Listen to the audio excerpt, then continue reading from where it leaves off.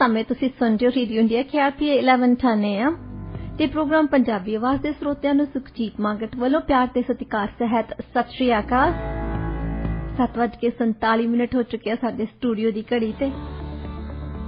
ਅੱਜ ਸ਼੍ਰੀ ਗੁਰੂ ਰਵਿਦਾਸ ਜੀ ਦਾ ਜਨਮ ਦਿਨ ਹੈ ਤੇ ਰੇਡੀਓ ਇੰਡੀਆ ਦੇ ਸਟਾਫ ਤੇ ਮੈਨੇਜਮੈਂਟ ਵੱਲੋਂ ਅਸੀਂ ਸਮੂਹ ਭਾਈਚਾਰੇ ਨੂੰ ਗੁਰੂ ਰਵਿਦਾਸ ਜੀ ਦੇ ਜਨਮ ਦਿਹਾੜੇ ਤੇ ਵਧਾਈ ਦਿੰਦੇ ਹਾਂ।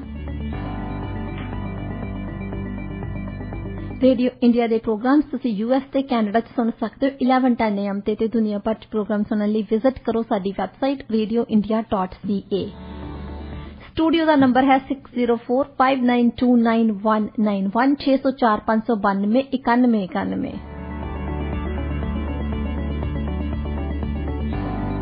ਭਾਰਤ ਤੇ ਪੰਜਾਬ ਦੀ ਗੱਲਬਾਤ ਪਹਿਲਾਂ ਹੋਈ ਤੇ ਹੁਣ ਆਪਾਂ ਗੱਲਬਾਤ ਕਰਦੇ ਹਾਂ ਜਿੱਥੇ ਅਸੀਂ ਰਹਿੰਦੇ ਹਾਂ, ਸਾਡੇ ਆਲੇ ਦੁਆਲੇ ਕੀ ਵਾਪਰਿਆ।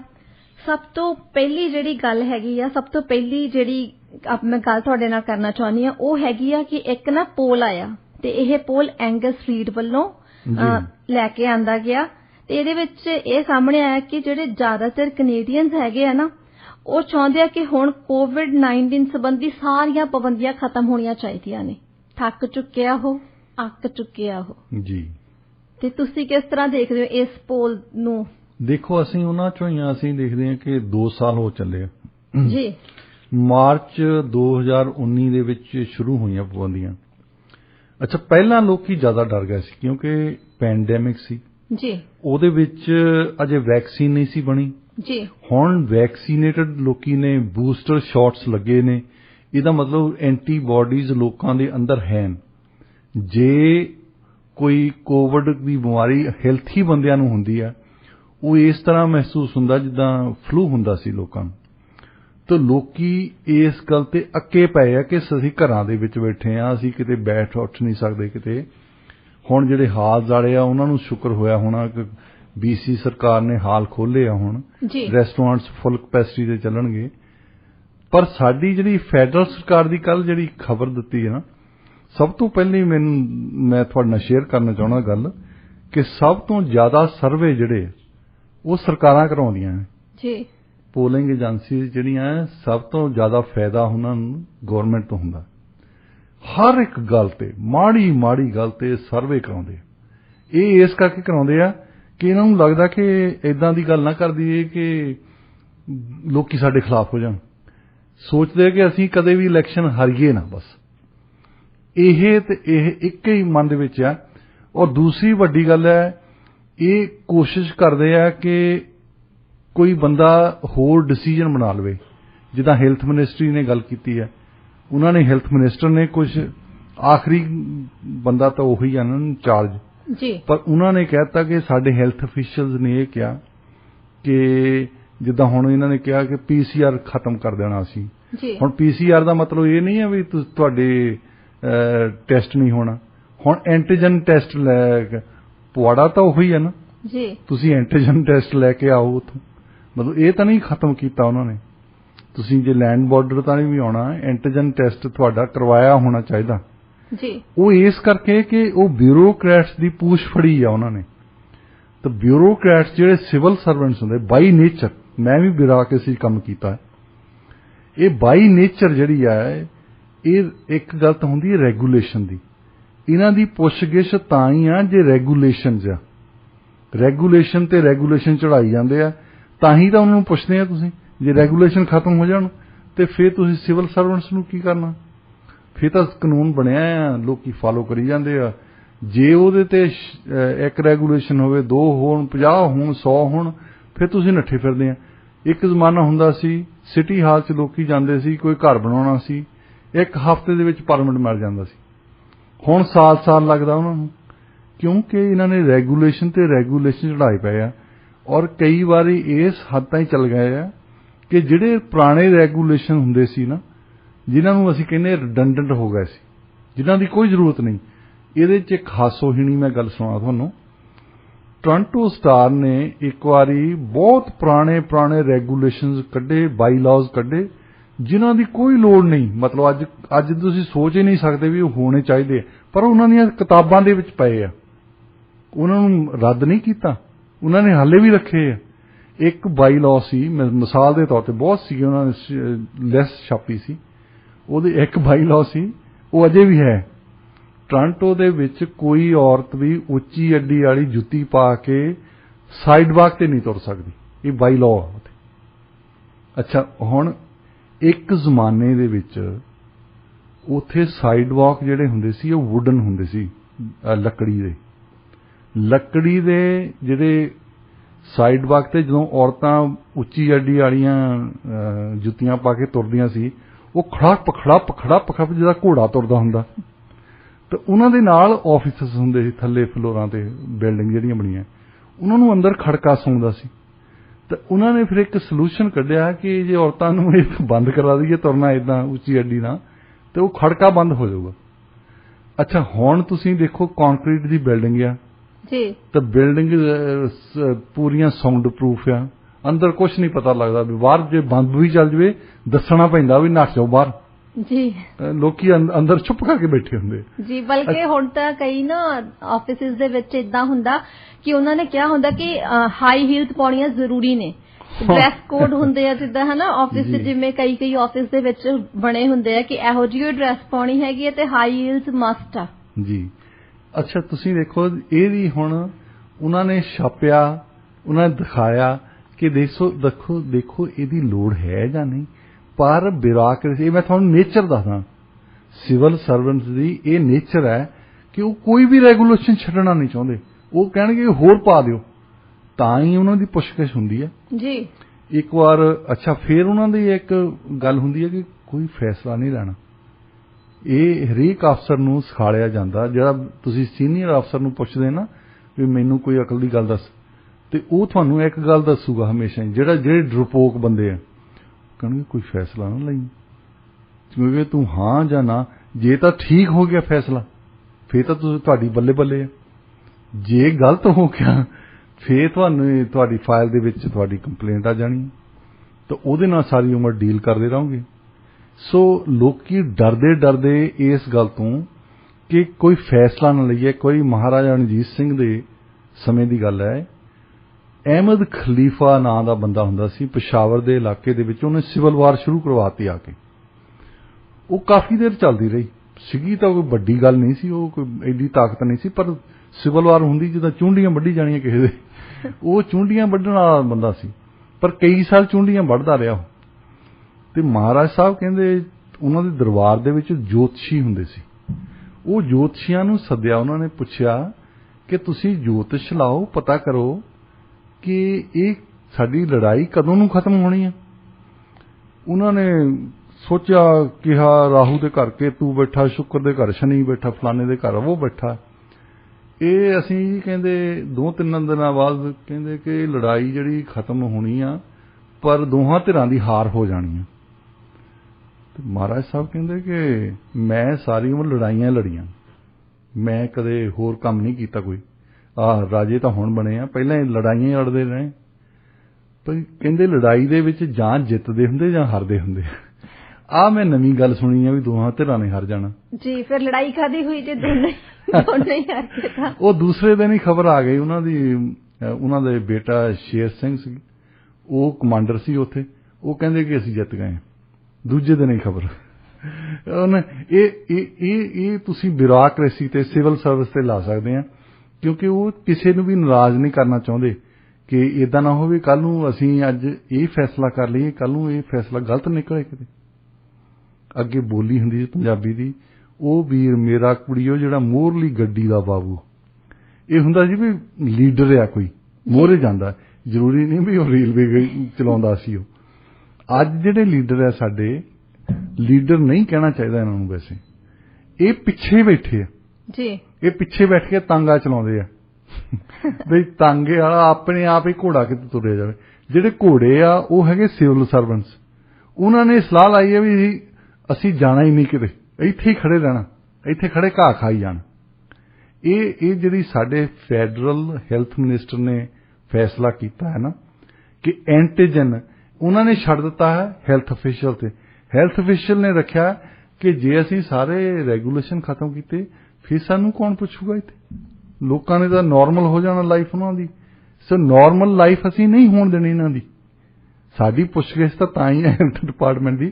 ਹਾਲਾਂਕਿ ਇਹ ਦੇਖੋ ਕਿ ਕੈਨੇਡਾ ਦੇ ਵਿੱਚ ਹੈਲਥ ਜਿਹੜੀ ਆ ਰਿਸਪੌਂਸਿਬਿਲਿਟੀ ਆ ਸੂਬਿਆਂ ਦੀ ਜੀ, ਫੈਡਰਲ ਗਵਰਨਮੈਂਟ ਦੀ ਹੈਲਥ ਰਿਸਪੌਂਸਿਬਿਲਿਟੀ ਨਹੀਂ। ਸਿਰਫ ਤੇ ਸਿਰਫ ਜਦੋਂ ਪੈਂਡੈਮਿਕ ਆ ਜਾਂਦਾ ਉਹਦੇ ਵਿੱਚ ਨੈਸ਼ਨਲ ਵੈਲਫੇਅਰ ਇਨਵੋਲਵ ਆ, ਉਹਦੇ ਵਿੱਚ ਇਸ ਕਰਕੇ ਫੈਡਰਲ ਸਰਕਾਰ ਕਰਦੀ ਹੈ ਕਿ ਉਹਦੀ ਰਿਸਪੌਂਸਿਬਿਲਿਟੀ ਆ ਨੇਸ਼ਨ ਨੂੰ, ਇੱਕ ਕੌਮ ਨੂੰ। ਔਰ ਉਹ ਸਾਰੀ ਦੀ ਸਾਰੀ ਗੱਲ ਛੱਡੀ ਹੈ। ਤੁਸੀਂ ਦੇਖਿਆ ਵੈਕਸੀਨ ਸਾਡੇ ਤੋਂ ਨਹੀਂ ਬਣੀ, ਜਿੰਨੀਆਂ ਦਵਾਈਆਂ ਇਹਨਾਂ ਨੇ ਮਨਜ਼ੂਰ ਕੀਤੀਆਂ, ਜਿੰਨੀਆਂ ਵੈਕਸੀਨ ਮਨਜ਼ੂਰ ਕੀਤੀਆਂ ਇਹਨਾਂ ਨੇ ਬਾਅਦ ਦੇ ਵਿੱਚ ਕੀਤੀਆਂ, ਅਮਰੀਕਾ ਵਾਲਿਆਂ ਨੇ ਪਹਿਲਾਂ ਕਰ ਦਿੱਤੀਆਂ ਜੀ, FDA ਨੇ ਪਹਿਲਾਂ ਕੀਤੀਆਂ। ਇਹ ਬਹੁਤੇ ਆਇਨਸਟਾਈਨ ਆ ਗਏ, ਇਹ ਬਹੁਤ ਜ਼ਿਆਦਾ ਅਕਲ ਵਾਲੇ ਆ ਕੈਨੇਡਾ ਵਾਲੇ। ਇਹ ਸੋਚਿਆ ਕਿਸੇ ਨੇ ਕਦੇ ਕਿ ਜੇ FDA ਨੇ ਅਪਰੂਵਲ ਦੇ ਦਿੱਤੀ ਆ ਅਮਰੀਕਾ ਦੇ ਵਿੱਚ, ਇਹਦਾ ਮਤਲਬ ਉਸ ਦਵਾਈ ਦੇ ਵਿੱਚ ਕੁਝ ਹੋਣਾ ਆ। ਹੁਣ ਐਸਟਰਾਜ਼ੈਨੇਕਾ ਆ ਜਿਹਦੇ ਵਿੱਚ ਇਹ ਕਿਹਾ ਜਾਂਦਾ ਸੀ ਕਲੌਟ ਬਣ ਜਾਂਦੇ ਆ ਜੀ, ਕੈਨੇਡਾ ਵਾਲਿਆਂ ਨੇ ਉਹ ਅਪਰੂਵ ਕਰਤੀ, ਅਮਰੀਕਾ ਵਾਲਿਆਂ ਨੇ ਨਹੀਂ ਅਪਰੂਵ ਕੀਤੀ ਜੀ। ਇਹਦਾ ਮਤਲਬ FDA ਸਾਡੇ ਨਾਲੋਂ ਚੰਗੀ ਹੋਣੀ ਹੈ ਜਿਨ੍ਹਾਂ ਨੇ ਅਜੇ ਤਾਈਂ ਨਹੀਂ ਅਪਰੂਵ ਕੀਤੀ ਉਹ।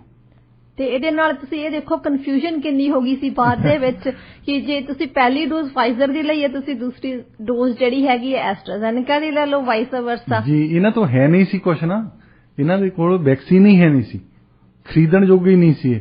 ਇਹਨਾਂ ਨੂੰ ਜਿਹੜੀ ਵੀ ਆਉਂਦੀ ਸੀ ਸ਼ਿਪਮੈਂਟ ਉਹੀ ਲਾਉਂਦੇ ਸੀ, ਐਕਸਪੈਰੀਮੈਂਟ ਕਰਦੇ ਸੀ।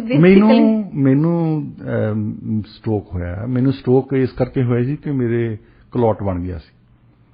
ਹੁਣ ਮੈਨੂੰ ਕਹਿ ਰਿਹਾ, ਜਿਹੜੀ ਈਮੇਲ ਆਈ ਹੈ ਕਿ ਐਸਟਰਾਜ਼ੈਨੇਕਾ ਹੀ ਤੈਨੂੰ ਮਿਲਣੀ ਹੈ, ਹੋਰ ਨਹੀਂ ਮਿਲਣੀ। ਉਸ ਵੇਲੇ BC ਦੇ ਵਿੱਚ ਇਹ ਸੀ ਕਿ ਐਸਟਰਾਜ਼ੈਨੇਕਾ ਹੀ ਹੁੰਦੀ ਹੈ।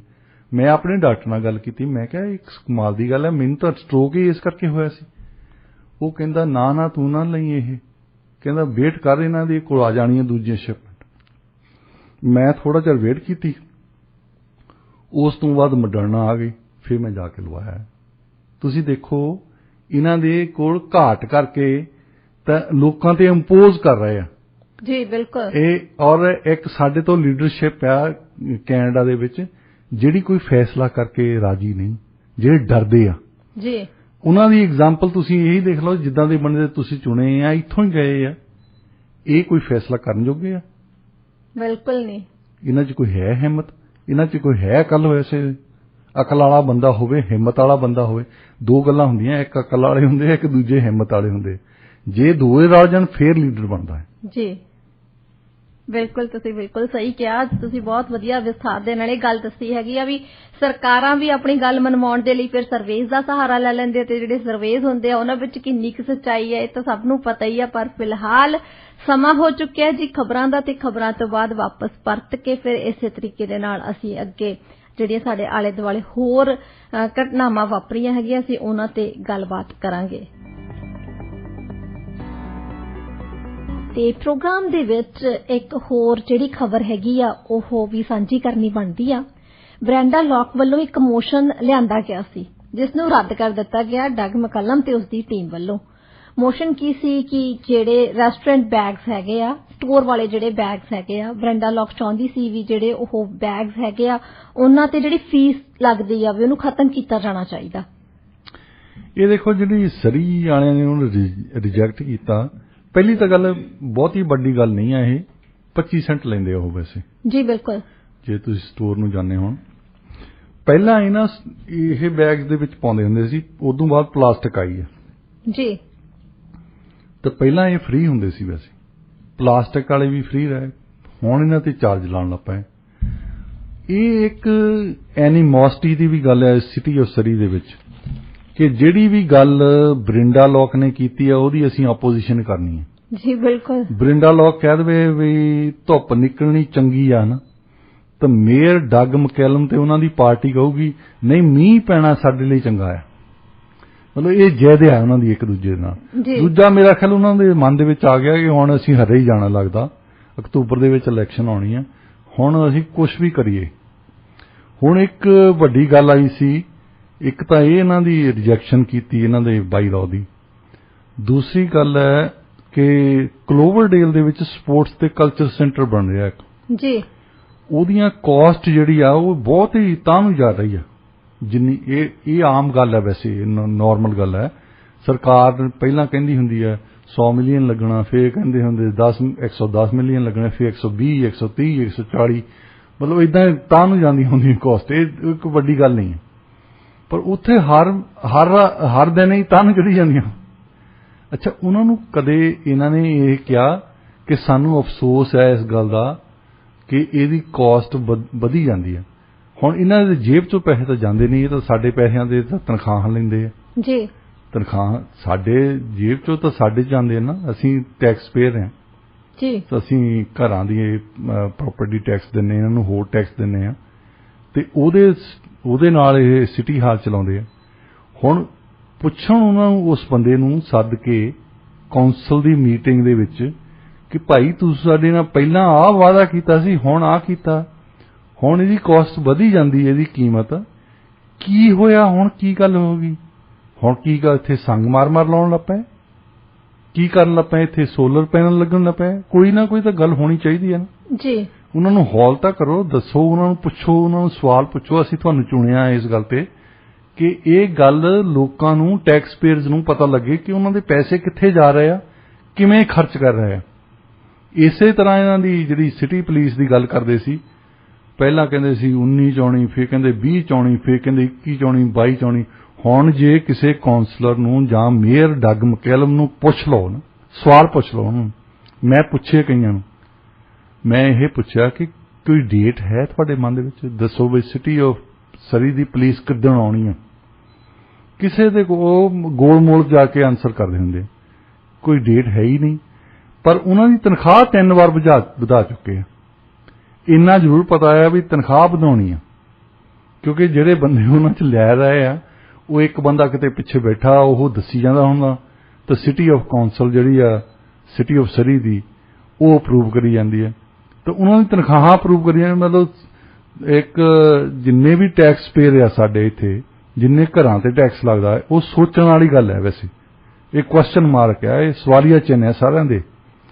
ਤੁਸੀਂ ਦੇਖੋ, ਇੱਕ ਘਰ ਤੁਸੀਂ 2 ਲੱਖ ਦਾ ਲਿਆ, ਅੱਜ ਤੋਂ 20 ਸਾਲ ਪਹਿਲਾਂ ਲਿਆ ਹੋਵੇ, ਅੱਜ ਉਹ 20 ਲੱਖ ਦਾ ਹੋ ਗਿਆ, 10 ਗੁਣਾ ਕੀਮਤ ਵੱਧ ਗਈ ਨਾ ਜੀ। ਹੁਣ ਉਹ ਤੇ ਜਿਹੜਾ ਟੈਕਸ ਲੱਗਣਾ ਆ, ਉਹ ਨਵੀਂ ਕੀਮਤ ਤੇ ਲੱਗਣਾ ਜੀ, ਉਹ 2 ਲੱਖ ਤੇ ਨਹੀਂ ਲੱਗਣਾ, ਹੁਣ 20 ਲੱਖ ਤੇ ਲੱਗਣਾ। ਇਹਦਾ ਮਤਲਬ ਦੇਖੋ ਕਿੰਨਾ ਟੈਕਸ ਜ਼ਿਆਦਾ ਵੱਧ ਗਿਆ ਜੀ। ਕੀ ਸਿਟੀ ਆਫ ਸਰੀ ਦੀਆਂ ਸੇਵਾਵਾਂ ਵੀ ਉਨੀਆਂ ਵੱਧ ਗਈਆਂ? ਜੇ ਨਹੀਂ ਵਧੀਆਂ, ਜੇ 2000 ਦੇ ਵਿੱਚ ਤਾਂ 2020 ਦੇ ਵਿੱਚ ਕੋਈ ਫਰਕ ਹੀ ਨਹੀਂ, ਤਾਂ ਫਿਰ ਸਾਡੇ ਤੇ ਟੈਕਸ ਕਿਉਂ ਜ਼ਿਆਦਾ ਲਾ ਰਹੇ ਜੀ? ਬਿਲਕੁਲ, ਕਦੇ ਸੋਚਣ ਵਾਲੀ ਗੱਲ ਆ।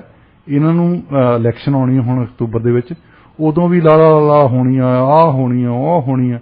ਕਦੇ ਕਿਸੇ ਨੇ ਟੈਕਸ ਦੀ ਗੱਲ ਨਹੀਂ ਕਰਨੀ, ਕਦੇ ਕਿਸੇ ਨੇ ਉਹਨਾਂ ਨੂੰ ਪੁੱਛਣਾ ਵੀ ਅਕਾਊਂਟੇਬਿਲਿਟੀ ਵੀ ਕੋਈ ਚੀਜ਼ ਹੁੰਦੀ ਆ। ਤੁਸੀਂ ਸਾਡੇ ਟੈਕਸ ਲੈਂਦੇ ਆ, ਇਹ ਦੱਸੋ ਤਾਂ ਸਹੀ ਤੁਸੀਂ ਕਿੱਥੇ ਖਰਚਦੇ ਆ। ਇਹ ਥੋੜ੍ਹਾ ਹੋਣੀ ਚਾਹੀਦੀ ਹੈ ਵੀ ਉਹ ਫਲਾਨੇ ਥਾਂ 132 ਤੇ ਘਰ ਆ, ਉਹਨਾਂ ਦੇ ਘਰ 'ਚ ਸ਼ਰਾਬ ਚੱਲਦੀ ਆ। ਇਹ ਗੱਲਾਂ ਇੱਥੇ ਪੰਜਾਬ ਵਾਂਗੂ ਹੋਣ ਲੱਗ ਪਈਆਂ। ਸਿਟੀ ਆਫ ਸਰੀ ਜਿਹੜੀ ਆ, ਉਹ ਮਲੇਰਕੋਟਲਾ ਬਣ ਚੁੱਕੀ ਹੈ। ਵੈਸੇ ਨਾ ਲੋਕਾਂ ਨੂੰ ਸੋਚਣਾ ਵੀ ਚਾਹੀਦਾ ਤੇ ਲੋਕਾਂ ਨੂੰ ਸਵਾਲ ਵੀ ਉਠਾਉਣੇ ਚਾਹੀਦੇ ਆ। ਕੀ ਹੁੰਦਾ ਕਿ ਜਿਵੇਂ ਹੁਣ ਟੈਕਸ ਵੱਧ ਗਈ, ਜਿਵੇਂ ਤੁਸੀਂ ਹੁਣ ਐਗਜ਼ਾਮਪਲ ਵੀ ਦਿੱਤੀ ਹੈਗੀ ਆ, ਜਿਹੜੇ ਲੋਕ ਚੁੱਪਚਾਪ ਉਹਨਾਂ ਟੈਕਸ ਪੇ ਕਰਨਾ ਸ਼ੁਰੂ ਕਰ ਦਿੰਦੇ ਆ, ਪੂਰਾ ਸਾਲ ਕੰਪਲੇਂਟਸ ਵੀ ਕਰਨਗੇ ਕਿ ਆਹ ਚੀਜ਼ ਗਲਤ ਆ, ਉਹ ਇੱਕ ਦੂਸਰੇ ਦੇ ਨਾਲ ਕਰਦੇ ਨੇ, ਨਾ ਕਿਸੇ ਨੇ ਕਿਸੇ ਨੂੰ ਕਿਸੇ ਅਧਿਕਾਰੀ ਨੂੰ ਫੋਨ ਕਰਨਾ, ਨਾ ਕੁਝ ਪੁੱਛਣਾ। ਫਿਰ ਜਦੋਂ ਇਲੈਕਸ਼ਨ ਆਉਂਦੀ ਹੈ ਨਾ, ਇਲੈਕਸ਼ਨ ਆ ਕੇ ਫਿਰ ਉਹੀ ਹਾਹਾਕਾਰ ਜੀ ਮਚ ਜਾਂਦੀ ਹੈ। ਜਿਵੇਂ ਤੁਸੀਂ ਬਿਲਕੁਲ ਸਹੀ ਐਗਜ਼ਾਮਪਲ ਦਿੱਤੀ ਮਲੇਰਕੋਟਲੇ ਦੀ, ਉਦਾਂ ਹੀ ਵੱਡੇ ਵੱਡੇ ਵਾਅਦੇ ਕਰਨ ਲੱਗ ਜਾਂਦੇ ਨੇ ਵੀ ਅਸੀਂ ਆਹ ਕਰ ਦੇਣਾ, ਅਸੀਂ ਉਹ ਕਰ ਦੇਣਾ। ਪਰ ਫਿਰ ਜੇ ਆਪਾਂ ਉਹਨਾਂ ਦੇ ਪੂਰੇ ਕਾਰਜਕਾਲ ਨੂੰ ਦੇਖਦੇ ਆ ਨਾ, ਉਸ ਕਾਰਜਕਾਲ ਦੇ ਦੌਰਾਨ ਉਹਨਾਂ ਵਿੱਚੋਂ ਕਿਹੜੀ ਚੀਜ਼ ਕੀਤੀ ਹੈਗੀ ਆ, ਕੋਈ ਵੀ ਜਿਹੜੀ ਚੀਜ਼ ਹੈਗੀ ਆ, ਉਹਦੇ ਜਿਹੜੇ ਫੈਕਟ ਆ, ਫਿਗਰ ਆ, ਬਿਲਕੁਲ ਤੁਸੀਂ ਸਹੀ ਕਿਹਾ, ਕੋਈ ਡੇਟ ਤਾਂ ਹੋਣੀ ਚਾਹੀਦੀ ਹੈ, ਕੋਈ ਡੈਡਲਾਈਨ ਤਾਂ ਹੋਣੀ ਚਾਹੀਦੀ ਆ। ਹੁਣ ਇਹ ਟੈਕਸ ਜਦੋਂ ਅਸੀਂ ਪੇ ਕਰਨਾ ਹੁੰਦਾ, ਇੱਕ ਡੈਡਲਾਈਨ ਸੈੱਟ ਕਰ ਦਿੰਦੇ ਜੀ, ਇੰਨੀ ਤਰੀਕ ਤੱਕ ਪੇ ਕਰਨਾ। ਜੇ ਆਪਾਂ 19 ਤਰੀਕ ਤੱਕ ਪੇ ਨਹੀਂ ਕਰਦੇ, ਸਾਨੂੰ ਕਿੰਨੇ ਵੱਡੇ ਜੁਰਮਾਨੇ ਹੁੰਦੇ ਆ ਉਹਦੇ ਵਿੱਚ। ਪਰ ਇਹਨਾਂ ਦੇ ਲਈ ਕੋਈ ਡੈਡਲਾਈਨ ਕਿਉਂ ਨਹੀਂ ਹੁੰਦੀ? ਫਿਰ ਇੱਕ ਡੈਡਲਾਈਨ ਹੋਣੀ ਚਾਹੀਦੀ ਵੀ ਇੰਨੀ ਤਰੀਕ ਤਾਈਂ ਸਾਨੂੰ ਦੱਸਿਓ ਉਹ ਪੈਸੇ ਕਿੱਥੇ ਖਰਚ ਕੀਤੇ ਆ, ਔਰ ਜੇ ਜ਼ਿਆਦਾ ਖਰਚ ਕੀਤੇ ਕਿਉਂ ਖਰਚ ਕੀਤੇ, ਕਿਉਂਕਿ ਉਹਦੇ ਵਿੱਚ ਕਿਹੜੀ ਚੀਜ਼ ਨਵੀਂ ਐਡ ਹੋਈ ਆ। ਪਲੀਜ਼ ਤੇ ਇੰਨਾ ਖਰਚਾ ਆ ਰਿਹਾ, ਉਹ ਸਾਨੂੰ ਦੱਸੋ ਤਾਂ ਸਹੀ ਵੀ ਕਿਉਂ ਆ ਰਿਹਾ। ਇੱਕ ਸਪੋਰਟਸ ਤੇ ਕਲਚਰ ਸੈਂਟਰ ਬਣਾ ਰਹੇ ਆ, ਇਹ ਤੇ ਖਰਚਾ ਆ ਰਿਹਾ। ਫਿਰ ਇੱਥੇ ਸਨੋ ਪਈ ਆ, ਸਨੋ ਇੱਥੇ ਮੈਂ ਸਵੇਰ ਨੂੰ 5:15 ਵਜੇ ਉੱਠ ਕੇ ਜਾਂਦਾ ਹੁੰਦਾ ਕੰਮ ਤੇ, ਤੇ ਉਸ ਵੇਲੇ ਸਨੋ ਫਰੇਜ਼ਰ ਹਾਈਵੇ 88 ਐਵਨਿਊ ਜਿਹਨੂੰ ਮੇਜਰ ਸਟਰੀਟਸ ਕਹਿੰਦੇ ਇਹਨਾਂ ਨੂੰ, ਉਹਨਾਂ ਤੇ ਬਿਲਕੁਲ ਸਾਫ਼ ਨਹੀਂ ਸੀ ਕੀਤੀ, ਉਨੀ ਸਨੋ ਪਈ ਸੀ। ਮੇਰੀ 4 ਵੀਲ ਡਰਾਈਵ ਆ, ਇਸ ਕਰਕੇ ਮੈਂ ਚਲੀ ਜਾਂਦਾ ਸੀ, ਕਈ ਬੰਦੇ ਫਸੇ ਬੈਠੇ ਸੀ ਉੱਥੇ। ਪਰ ਇੱਕਦਮ ਜਦੋਂ ਅਸੀਂ ਡੈਲਟਾ 'ਚ ਐਂਟਰ ਹੋਏ ਆ, ਉਹਨਾਂ ਨੇ ਸਨੋ ਵੀ ਸਾਫ਼ ਕੀਤੀ, ਉਹਨਾਂ ਨੇ ਲੂਣ ਵੀ ਪਾਇਆ। ਉੱਥੇ ਮੈਨੂੰ ਏਦਾਂ ਲੱਗੇ ਵੀ ਜਿੱਦਾਂ ਇੱਥੇ ਬਾਘੇ ਪੁਰਾਣੇ ਤੋਂ ਬਾਅਦ ਚੰਡੀਗੜ੍ਹ ਆਇਆ ਹੁੰਦਾ, ਵੀ ਇਹ ਇੱਕੋ ਹੀ ਦੇਸ਼ ਆ, ਇੱਕੋ ਹੀ ਸੂਬਾ ਆ, ਇੱਕ ਸਿਟੀ ਕੌਂਸਲ ਹੈ ਜਿਹੜੀ ਸਾਫ਼ ਕਰ ਰਹੀ ਹੈ, ਦੂਜੇ ਪਾਸੇ ਕੁਝ ਨਹੀਂ ਹੋ ਰਿਹਾ। ਇਹ ਕੀ ਗੱਲ ਹੈ, ਅਸੀਂ ਇੱਥੇ ਜ਼ਿਆਦਾ ਹਾਂ? ਉਹੀ ਨਾ, ਲੋਕਾਂ ਨੂੰ ਸਵਾਲ ਉਠਾਉਣੇ ਚਾਹੀਦੇ ਆ, ਉਹਨਾਂ ਨੂੰ ਤੰਗ ਕਰਨਾ ਚਾਹੀਦਾ। ਫੋਨ ਕਰਕੇ ਪੁੱਛੋ ਤਾਂ ਸਹੀ ਵੀ ਕਿਉਂ ਨਹੀਂ ਤੁਸੀਂ ਕੰਮ ਕਰ ਰਹੇ, ਅਸੀਂ ਤੁਹਾਨੂੰ ਟੈਕਸ ਪੇ ਕਰ ਰਹੇ, ਕਿਸ ਚੀਜ਼ ਦਾ ਕਰ ਰਹੇ ਆ। ਤਾਂ ਪਰ ਜੇ ਕੋਈ ਸਵਾਲ ਨਹੀਂ ਉਠਾਊਗਾ, ਚੁੱਪਚਾਪ ਆਪਾਂ ਇੱਕ ਰੂਮ ਦੇ ਵਿੱਚ ਬੈਠ ਕੇ ਸਾਰੇ ਲੋਕੀ ਇੱਕ ਦੂਸਰੇ ਦੇ ਨਾਲ ਗੱਲਾਂ ਕਰਦੇ ਰਹਿਣਗੇ ਤਾਂ ਉਹਦਾ ਕੋਈ ਸੋਲੂਸ਼ਨ ਨਹੀਂ ਹੋਣਾ। ਜੇ ਸੋਲੂਸ਼ਨ ਅਸੀਂ ਚਾਹੁੰਦੇ ਆ ਤਾਂ ਸਾਨੂੰ ਹੀ ਆਵਾਜ਼ ਉਠਾਉਣੀ ਪੈਣੀ ਆ ਜੀ। ਆਲੇ ਦੁਆਲੇ ਜੋ ਅਹਿਮ ਘਟਨਾਵਾਂ ਵਾਪਰ ਰਹੀਆਂ ਨੇ, ਜਿਨ੍ਹਾਂ ਤੇ ਗੱਲ ਕਰਨੀ ਜ਼ਰੂਰੀ ਵੀ ਆ। ਬ੍ਰਿਟਿਸ਼ ਕੋਲੰਬੀਆ ਸਰਕਾਰ ਨੇ ਟ੍ਰੇਡ ਸੈਕਟਰ ਵਿੱਚ ਕਰਮਚਾਰੀਆਂ ਨੂੰ ਟ੍ਰੇਨਿੰਗ ਦੇਣ ਦੇ ਲਈ ਜ਼ਿੰਮੇਵਾਰ ਕਰਾਊਨ ਏਜੰਸੀ ਦੇ ਆਧੁਨਿਕੀਕਰਨ ਲਈ ਇੱਕ ਬਿੱਲ ਪੇਸ਼ ਕੀਤਾ। ਉਹ ਇੱਕ ਬਿੱਲ ਲੈ ਕੇ ਆ ਰਹੇ ਆ। ਸਕਿੱਲਸ ਟ੍ਰੇਨਿੰਗ ਮਿਨਿਸਟਰ ਐਨ ਕੈਂਗ ਦਾ ਕਹਿਣਾ ਹੈ ਕਿ ਇਹ ਕਾਨੂੰਨ ਸਕਿੱਲ ਟ੍ਰੇਡ BC ਇੱਕ ਨਵੀਂ ਕਰਾਊਨ ਏਜੰਸੀ ਬਣਾਏਗਾ ਜੋ ਕਿ ਅਪ੍ਰੈਂਟਿਸਿਸ ਦੀ ਸਹਾਇਤਾ ਤੇ ਸਿਖਲਾਈ ਤੇ ਧਿਆਨ ਕੇਂਦਰਿਤ ਕਰੇਗਾ। ਇਹ ਗੱਲ ਵੈਸੇ ਵਧੀਆ ਗੱਲ ਕਰਨ ਲੱਗੇ ਆ ਜੀ, ਪਰ ਇਹ ਤੋਂ ਵੱਡੀ ਗੱਲ ਇੱਕ ਹੈ ਕਿ ਜਿਹੜੇ ਸਾਡੇ ਟ੍ਰੇਡਸ ਨੇ, ਕੋਈ ਪਲੰਬਰ ਬਣਨਾ ਚਾਹੁੰਦਾ ਬੱਚਾ, ਕੋਈ ਇਲੈਕਟ੍ਰੀਸ਼ੀਅਨ ਬਣਨਾ ਚਾਹੁੰਦਾ, ਕੋਈ ਆਟੋ ਬਾਡੀ ਦੇ ਵਿੱਚ ਜਾਣਾ ਚਾਹੁੰਦਾ, ਕੋਈ ਲੰਬਰ ਇੰਡਸਟਰੀ ਦੇ ਵਿੱਚ ਜਾਣਾ ਚਾਹੁੰਦਾ, ਕੋਈ ਕੁਕਿੰਗ ਦੇ ਵਿੱਚ ਜਾਣਾ ਚਾਹੁੰਦਾ, ਇਹਨੂੰ ਅਸੀਂ ਟ੍ਰੇਡਸ ਕਹਿੰਦੇ ਹਾਂ। ਇੱਕ ਜ਼ਮਾਨਾ ਹੁੰਦਾ ਸੀ ਜਦੋਂ ਮੈਂ ਵੀ ਪੜ੍ਹਦਾ ਹੁੰਦਾ ਸੀ ਹਾਈ ਸਕੂਲ ਦੇ ਵਿੱਚ, ਇੱਥੇ ਸਾਡੇ ਸਕੂਲ ਦੇ ਵਿੱਚ ਹਰ ਕਿਸਮ ਦਾ ਟ੍ਰੇਡ ਹੁੰਦਾ ਸੀ। ਤੁਸੀਂ ਕੋਈ ਜੇ ਕੁਕਿੰਗ ਸਿੱਖਣੀ ਆ, ਤੁਸੀਂ ਵੁੱਡ ਵਰਕਿੰਗ ਦਾ ਲੈਵਲ ਲੈਣੀ ਆ, ਤੁਸੀਂ ਆਟੋ ਮਕੈਨਿਕਸ ਦਾ ਸਿੱਖਣਾ, ਪਲੰਬਿੰਗ ਦਾ ਸਿੱਖਣਾ, ਤੁਸੀਂ ਉੱਥੇ ਕਰ ਸਕਦੇ। ਹੁਣ ਸਕੂਲਾਂ ਦੇ ਵਿੱਚ ਇਹ ਟ੍ਰੇਡਸ ਬਹੁਤ ਘਟ ਗਏ। ਜੇ ਹੁਣ ਸਕੂਲਾਂ 'ਚ ਸਿਖਲਾਈ ਦਿੱਤੀ ਜਾਂਦੀ ਐਕੈਡੈਮਿਕ ਸਬਜੈਕਟ ਦੀ, ਤੁਸੀਂ ਫਿਜ਼ਿਕਸ ਪੜ੍ਹਨੀ ਆ, ਕੈਮਿਸਟਰੀ ਪੜ੍ਹਨੀ ਆ, ਸੋਸ਼ਲ ਸਾਇੰਸਿਸ ਪੜ੍ਹਨੀਆਂ, ਹਿਊਮੈਨਿਟੀਜ਼ ਪੜ੍ਹਨੀਆਂ। ਹੁਣ ਟ੍ਰੇਨ ਕੀਤਾ ਜਾਂਦਾ ਬੱਚਿਆਂ ਨੂੰ ਵੀ ਤੁਸੀਂ ਯੂਨੀਵਰਸਿਟੀ ਜਾਓ, ਤੁਸੀਂ ਕਾਲਜ ਜਾਓ, ਉਹ ਐਕੈਡੈਮਿਕ ਟ੍ਰੇਨਿੰਗ ਲਈ। ਪਰ ਕਿਸੇ ਬੱਚੇ ਨੇ ਜੇ ਹੁਣ 11ਵੀਂ 'ਚ ਪੜ੍ਹਦਾ, ਉਹਦੇ ਸ਼ਾਇਦ ਮਨ ਦੇ ਵਿੱਚ ਹੋਵੇ ਮੈਂ ਕੁਕਿੰਗ ਕਰਨੀ ਹੈ। ਇਹ ਮਤਲਬ ਅੱਜ ਕੱਲ ਤੁਸੀਂ ਦੇਖੋ ਕੁਕਿੰਗ ਦੇ ਚੈਨਲ ਚੱਲਣ ਲੱਗੇ ਆ ਜੀ, ਇਹ ਵੀ ਇੱਕ ਆਰਟ ਹੈ ਜੀ। ਕਹਿੰਦੇ ਹੁੰਦੇ ਆ ਰਿੰਨਣਾ ਪਕਾਉਣਾ ਵੀ ਤਾਂ ਕੋਈ ਜਾਣਦਾ ਜੀ, ਬਿਲਕੁਲ। ਮਤਲਬ ਸਾਰਿਆਂ ਨੇ ਤਾਂ ਆਉਂਦਾ ਨਹੀਂ ਸਾਰਿਆਂ ਨੂੰ। ਉਹਨਾਂ ਨੇ ਐਸਾ ਆਰਟ ਲੱਭਿਆ ਆ ਕਿ ਸਾਨੂੰ ਦੱਸਦੇ ਆ ਕਿ ਹੈਲਥੀ ਖਾਣਾ ਕਿਵੇਂ ਬਣਾਉਣਾ ਹੈ। ਇੱਕ ਕਹਾਵਤ ਹੈ ਕਿ ਸਭ ਤੋਂ ਵਧੀਆ ਮੈਡੀਸਨ ਜਿਹੜੀ ਹੁੰਦੀ ਹੈ, ਸਭ ਤੋਂ ਵਧੀਆ ਦਵਾਈ ਹੁੰਦੀ ਆ, ਉਹ ਤੁਹਾਡੇ ਘਰ ਦੀ ਰਸੋਈ 'ਚ ਬਣਦੀ ਹੈ ਜੀ। ਜੋ ਤੁਸੀਂ ਕੁੱਕ ਕਰਦੇ ਆ, ਜੋ ਖਾਂਦੇ ਆ, ਉਹ ਤੁਹਾਨੂੰ ਤੁਸੀਂ ਉਹੋ ਹੀ ਆ, ਤੁਹਾਡਾ ਸਰੀਰ ਉਹੋ ਹੀ ਆ। ਸਾਨੂੰ ਇਲੈਕਟ੍ਰੀਸ਼ੀਅਨ ਨਹੀਂ ਚਾਹੀਦੇ, ਸਾਨੂੰ ਪਲੰਬਰ ਨਹੀਂ ਚਾਹੀਦੇ। ਹੁਣ ਬੱਚੇ, ਕਈ ਬੰਦੇ ਜਿਹੜੇ ਬੱਚੇ ਜਾ ਕੇ ਉਹ ਇੰਜੀਨੀਅਰ, ਡਾਕਟਰ, ਲਾਇਰ, ਪ੍ਰੋਫੈਸਰ ਨਹੀਂ ਬਣਨਾ ਚਾਹੁੰਦੇ, ਕੀ ਹੁਣ ਉਹਨਾਂ ਨੂੰ ਰੋਕ ਦਈਏ ਵੀ ਤੁਸੀਂ ਜਾ ਕੇ ਡੱਗ ਹੀ ਖਾਓ ਬਸ। ਜੇ ਉਹ ਕੋਈ ਬੱਚਾ ਕਹਿੰਦਾ ਕਿ ਮੈਂ ਪਲੰਬਰ ਬਣਨਾ ਹੈ, ਮੈਂ ਇਲੈਕਟ੍ਰੀਸ਼ੀਅਨ ਬਣਨਾ, ਮੈਂ ਆਟੋ ਮਕੈਨਿਕ ਬਣਨਾ ਹੈ, ਮੈਂ ਕੁਕਿੰਗ ਦਾ ਕਲਨਰੀ ਆਰਟ ਦੇ ਵਿੱਚ ਜਾਣਾ, ਉਹਨਾਂ ਨੂੰ ਇਨਕਰੇਜ ਕਰਨ ਲਈ ਸਾਨੂੰ ਹਾਈ ਸਕੂਲ ਤੋਂ ਸ਼ੁਰੂ ਕਰਨਾ ਚਾਹੀਦਾ। ਵੈਸੇ ਤਾਂ ਅੱਗੇ ਤਾਂ ਗ੍ਰੇਡ 11, 12 ਦੇ ਵਿੱਚ ਜ਼ਿਆਦਾ ਹੁੰਦੇ ਸੀ, ਪਰ ਜੇ ਤੁਸੀਂ 8ਵੀਂ 9ਵੀਂ ਤੋਂ ਸ਼ੁਰੂ ਕਰ ਦਿੰਦੇ ਆ, ਕਈ ਬੱਚਿਆਂ ਦੀ ਦਿਲਚਸਪੀ ਬਣ ਜਾਂਦੀ ਹੈ ਜੀ। ਤੇ ਅਸੀਂ ਜਿਹੜੇ ਟ੍ਰੇਡਸ ਵਾਲਿਆਂ ਨੂੰ ਬਾਹਰੋਂ ਸੱਦਦੇ ਆ, ਕੈਨੇਡਾ ਬਹੁਤ ਜਿਹੜੇ ਟ੍ਰੇਡਸ ਵਾਲੇ ਇੱਥੇ ਜਿੰਨੇ ਆ, ਇਹ ਬਾਹਰੋਂ ਸੱਦੇ ਬੰਦੇ ਜੀ। ਤੁਸੀਂ ਜੇ ਫਿਨਲੈਂਡ ਦੇ ਵਿੱਚ ਉਹਨਾਂ ਨੇ ਇੱਕ ਰਿਵਿਊ ਕੀਤਾ ਆਪਣੇ ਐਜੂਕੇਸ਼ਨ ਸਿਸਟਮ ਦਾ, ਔਰ ਉਹਦੇ ਬਾਰੇ ਅਸੀਂ ਅਲੱਗ ਗੱਲ ਕਰਾਂਗੇ। ਪਰ ਇੱਕ ਗੱਲ ਉਹਨਾਂ ਨੇ ਇਹ ਵੀ ਨੋਟ ਕੀਤੀ ਕਿ ਜਿਹੜੇ ਬੱਚਿਆਂ ਦੀ ਦਿਲਚਸਪੀ ਐਕੈਡੈਮਿਕ ਸਬਜੈਕਟ 'ਚ ਨਹੀਂ, ਜ਼ਰੂਰੀ ਨਹੀਂ ਕਿ ਉਹ ਨਲਾਇਕ ਆ, ਉਹਨਾਂ ਦੀ ਹੋ ਸਕਦਾ ਦਿਲਚਸਪੀ ਕਿਸੇ ਹੋਰ ਚੀਜ਼ 'ਚ ਹੋਵੇ ਜੀ। ਔਰ ਫਿਰ ਉਹਨਾਂ ਚੀਜ਼ਾਂ ਦੀ ਸਾਨੂੰ ਲੋੜ ਹੈ। ਸਾਨੂੰ ਕੀ ਇਲੈਕਟ੍ਰੀਸ਼ੀਅਨ ਦੀ ਲੋੜ ਨਹੀਂ ਹੈ। ਹੁਣ ਕੋਈ ਕਾਰ ਚਲਾਉਂਦੇ ਆ, ਸਾਡੇ ਨਾਲ ਇੱਕ ਮੁੰਡਾ ਪੜ੍ਹਦਾ ਹੁੰਦਾ ਸੀ, ਉਹਨੇ ਕਾਰ 'ਚ ਬੈਠਣਾ ਤਾਂ ਉਹਨੂੰ ਕਹਿਣਾ ਖੜੀ ਕਰ, ਮੈਂ ਇੰਜਨ ਦੇਖਣਾ ਇਹਦਾ।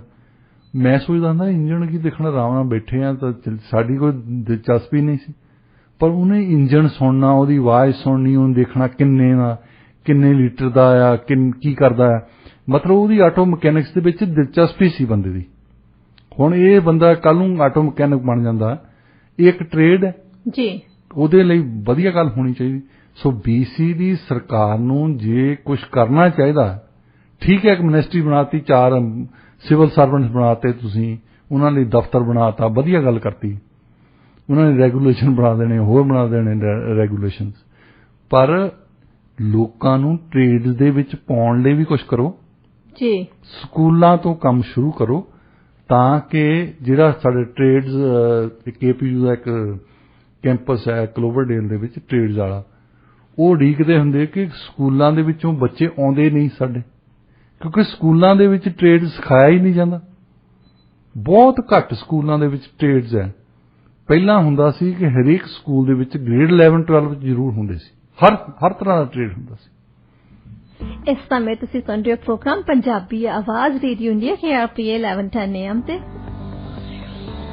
ਤੇ ਬ੍ਰੇਕ ਤੇ ਜਾਣ ਤੋਂ ਪਹਿਲਾਂ ਮੈਂ ਥੋੜਾ ਜ਼ਿਕਰ ਕੀਤਾ ਸੀ ਕਿ ਆਪਾਂ ਗੱਲਬਾਤ ਕਰਾਂਗੇ ਸਿਆਟਲ ਦੇ ਵਿੱਚ ਜਿਹੜਾ ਕ੍ਰਾਈਮ ਰੇਟ ਹੈ ਬਹੁਤ ਜ਼ਿਆਦਾ ਤੇਜ਼ੀ ਨਾਲ ਵੱਧ ਰਿਹਾ।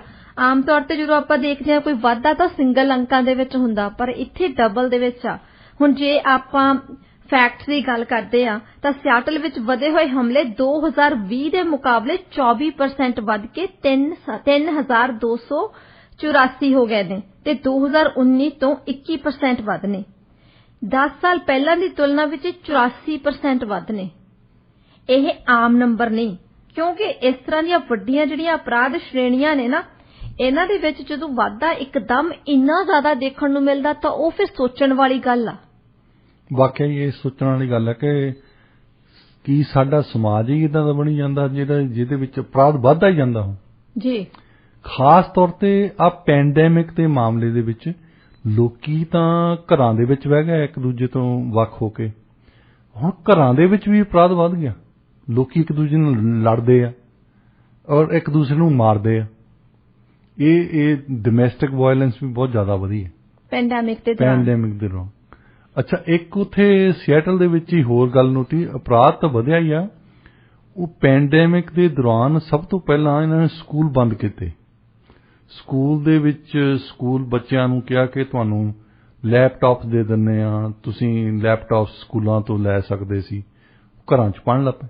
ਹੁਣ ਇਹ ਬੱਚੇ ਸਕੂਲਾਂ 'ਚੋਂ ਜਾਣੇ ਬੰਦ ਹੋ ਗਏ।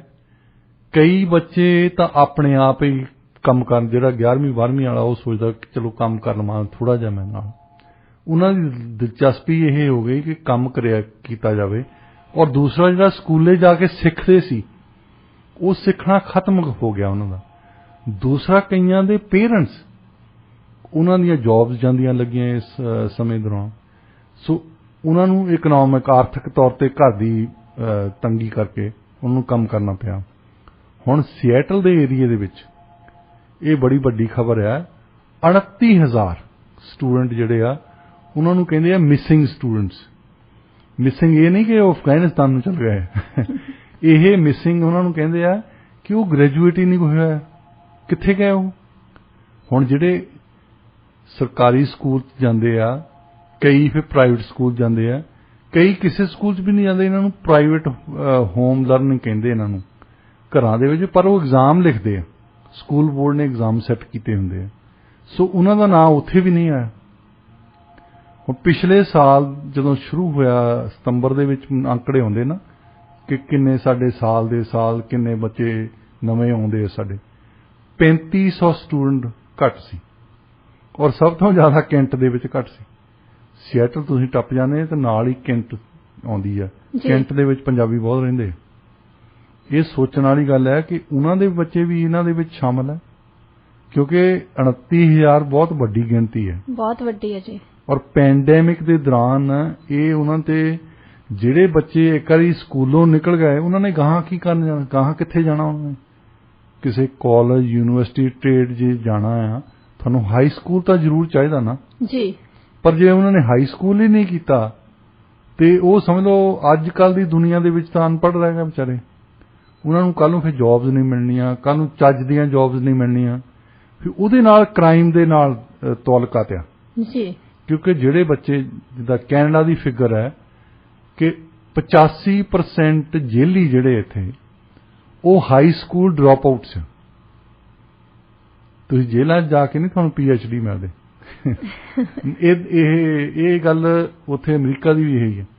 ਜਿਹੜੇ ਬਹੁਤ ਗਿਣਤੀ ਉੱਥੇ ਕੈਦੀਆਂ ਦੀ ਹੈ ਉਹ ਬੰਦੇ ਆ ਜਿਨ੍ਹਾਂ ਨੇ ਹਾਈ ਸਕੂਲ ਵੀ ਨਹੀਂ ਖਤਮ ਕੀਤਾ, ਕਿਉਂਕਿ ਹਾਈ ਸਕੂਲ ਖਤਮ ਕਰਦੇ ਆ, ਕਾਲਜ ਜਾਂਦੇ ਆ, ਯੂਨੀਵਰਸਿਟੀ ਜਾਂਦੇ, ਜਾਂ ਉਹ ਕਿਤੇ ਹੋਰ ਜੌਬ ਕਰਨ ਲੱਗ ਪੈਂਦੇ ਆ। ਮਤਲਬ ਉਹਨਾਂ ਦੀ ਸਥਿਰ ਹੋ ਜਾਂਦੀ ਲਾਈਫ ਥੋੜ੍ਹੀ ਜਿਹੀ। ਦੂਸਰੀ ਗੱਲ, ਪੜ੍ਹਾਈ ਇਹ ਵੀ ਸਿਖਾਉਂਦੀ ਆ ਕਿ ਕੌਨਫਲਿਕਟ ਰਿਜ਼ੋਲਵ ਕਰਨਾ ਹੋਵੇ, ਝਗੜੇ ਦਾ ਤਾਂ ਹੱਲ ਇਹ ਹੀ ਨਹੀਂ ਹੁੰਦਾ ਵੀ ਇੱਕ ਦੂਜੇ ਦੇ ਹਾਕੀਆਂ ਮਾਰੋ।